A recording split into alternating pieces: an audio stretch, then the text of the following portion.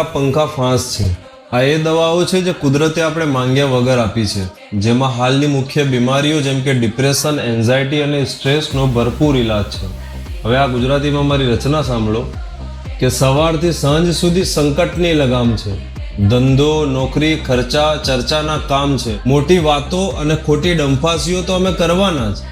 ગુજરાતી છીએ ભાઈ, આખા જગતમાં અમારું નામ છે। આમ તો દરેક દોસ્તોને દિલથી સલામ છે, બસ એક મહા અનુભવને બોનસમાં પગોથી સલામ છે।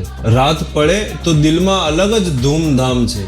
ખુરશીઓ, મોટી હસ્તીઓ, ચા, સિગરેટના તામ જામ છે। હવે આ ઉપરની વાતને ફૈજાન બેશરમીની હદ સમજવી નહીં। દરેક ગ્રુપના દોસ્તોમાં આ વાત રાતે ખુલ્લે આમ છે।